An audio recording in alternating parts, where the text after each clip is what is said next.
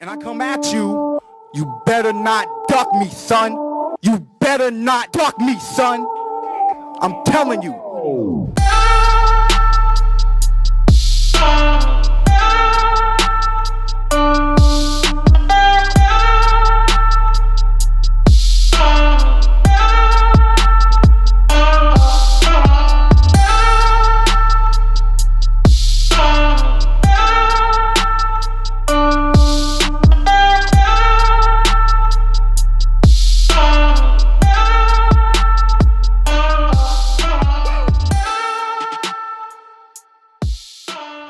Dante's Boxing Nation, what's going on, guys? So you guys already know by now, and a whole lot has changed since Errol Spence jumped in the ring after Shawn Porter beat Danny Garcia. And Shawn Porter, he told everyone on the microphone the easiest fight to make is him versus Errol Spence. But ever since Shawn Porter said that, more recently, as of today, Shawn Porter has just confirmed that he's in negotiations with Keith Thurman for a rematch. This is what Shawn Porter had to say. Quote, "Right now the mandatory is Keith Thurman, and I know the negotiations got underway about 3 weeks ago, and we should know really soon whether it's going to happen and where it will take place. He wants to fight. I know for a while he said he wanted a comeback fight, and now he's saying he wants to fight me and accept the mandatory challenge. The best thing I can do is wait for it, get ready for the confirmation on the fight, then get working and get ready for it." End quote. I'll put the link in the description box if you guys want to hear the rest of what Shawn Porter had to say. But this is my question. With Keith Thurman and Errol Spence both fighting under Al Heyman's banner, both fighting under PBC and Showtime, why is it Shawn Porter was so doubtful that the Errol Spence fight would happen next? But when it comes to a Keith Thurman rematch, he's extremely optimistic. Remember, when he started talking about fighting Errol Spence, he said, "Look, guys, I know Errol Spence wants to fight, but if the fight doesn't happen next, it won't be my fault. It won't be Errol Spence's fault." He said, "We have to look at the business." And then he was asked, if he doesn't fight Errol Spence next, will he fight Errol Spence after that? He said, "I still don't even know." He said in another interview, "I know you guys don't like that word business, but once again, you got to look at the business aspect." Once again, when it comes to Keith Thurman, Shawn Porter, he says, and I quote, Keith Thurman, wants to fight. So all we can do now is just wait for confirmation. So once again, when it comes to Keith Thurman, as long as Keith Thurman wants to fight, there is no business problems. There is no, I don't know if this fight is going to happen. It won't be my fault. It won't be his fault, etc., etc. All Shawn Porter needs in order to fight Keith Thurman is for Keith Thurman to say yes, to say he wants to fight. But we know that Errol Spence jumped in the ring, so he wants to fight even more than Keith Thurman wants to fight. So this is all leading to an obvious conclusion for why the fight is not coming to fruition. But nevertheless, it is what it is, and at the end of the day, Shawn Porter versus Keith Thurman is still a good fight. One of the most interesting things about this fight is it'll be very interesting to see how Keith Thurman comes back. Because if he comes back facing Shawn Porter, he's not going in there against a soft touch.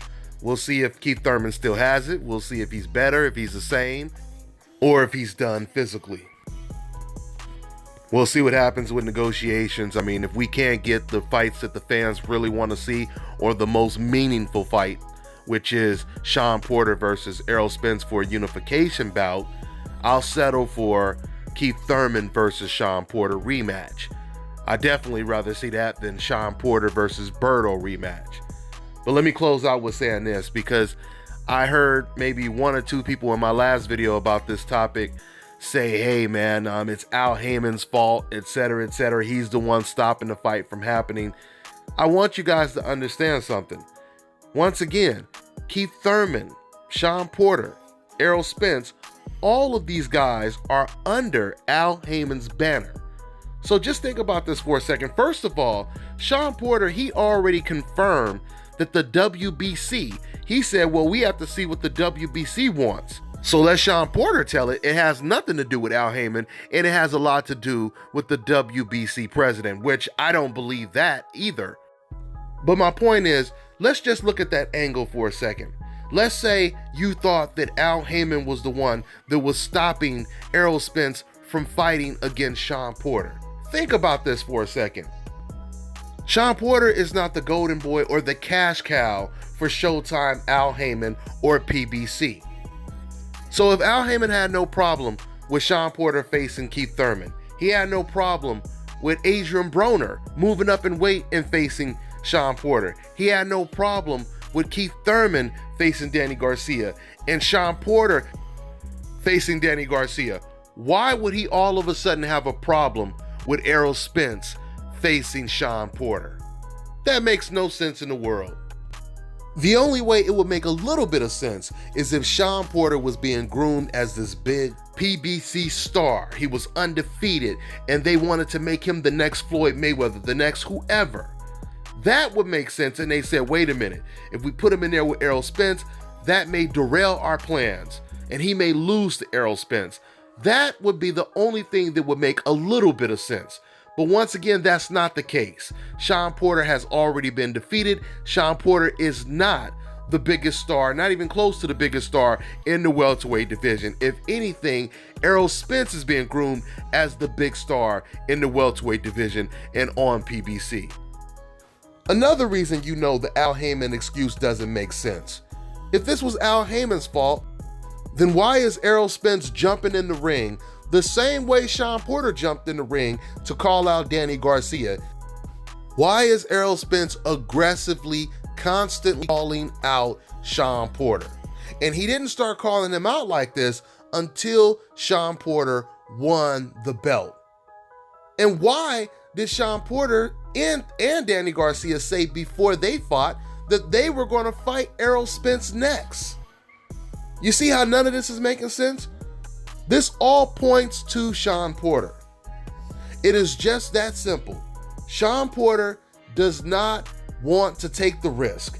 He doesn't want to get in the ring with Errol Spence because he believes Errol Spence is the only guy, or one of the only guys, that has a really good chance of beating Shawn Porter and possibly knocking him out in a vicious fashion. Guys, if you look at Al Heyman's track record, what you will find out is Al Heyman has put a lot of undefeated fighters in the ring early in their career, before they even emerge as a star or a well-known fighter. They're going against other undefeated prospects, something you don't see too often in the sport of boxing when you're promoted by a big promoter. Al Heyman always puts undefeated fighters up against each other. I remember when Little B-Hop was facing, I'm forgetting the guy's name, but he's an undefeated fighter. Matter of fact, I interviewed him, and it's a shame I forgot the man's name, Titus Williams. But I remember he was telling me, he was like, I don't understand why they want us to fight so early. You know, we're both undefeated, we're both coming up, why they want us to fight so early right now? This is what this guy was saying when he had to fight against Little B-Hop. He said that even Little B-Hop said the same thing. At least this is what the guy told me. So Al Heyman, he does the complete contrary to what a lot of other promoters do. Instead of keeping his undefeated fighters away from each other for as long as possible, he puts them in the ring against each other early. I've been telling you guys this since day one. I truly believe that Al Heyman, he wants to set up boxing, he wants to structure it similar to the NBA, the NFL, where you may go up against the best team in the league, but win or lose, you may be in there with another top seed team the very next week. My point is, Al Heyman does not punish you for losing against a certain opponent. A lot of fighters, they have these stipulations in their contracts to where if they lose a certain amount of times, they get thrown to the back of the line, or maybe even worse, they get dropped by their promotion team. You don't have to worry about that with Al Heyman because he will always bring you back. Once again, Adrian Broner is a prime example. Look how many chances Adrian Broner has had. And now he's about to get the biggest opportunity of his career going up against Manny Pacquiao. So the point is, even if Shawn Porter were to near and lose against Errol Spence, or Shawn Porter were to pull off the upset and beat Errol Spence, they could have a rematch just like Shawn Porter and Keith Thurman are trying to have right now. So the obvious conclusion is Shawn Porter has made a decision not to face Errol Spence. Let's see what happens in the near future. That's all I got for now, guys. I'm on to the next one.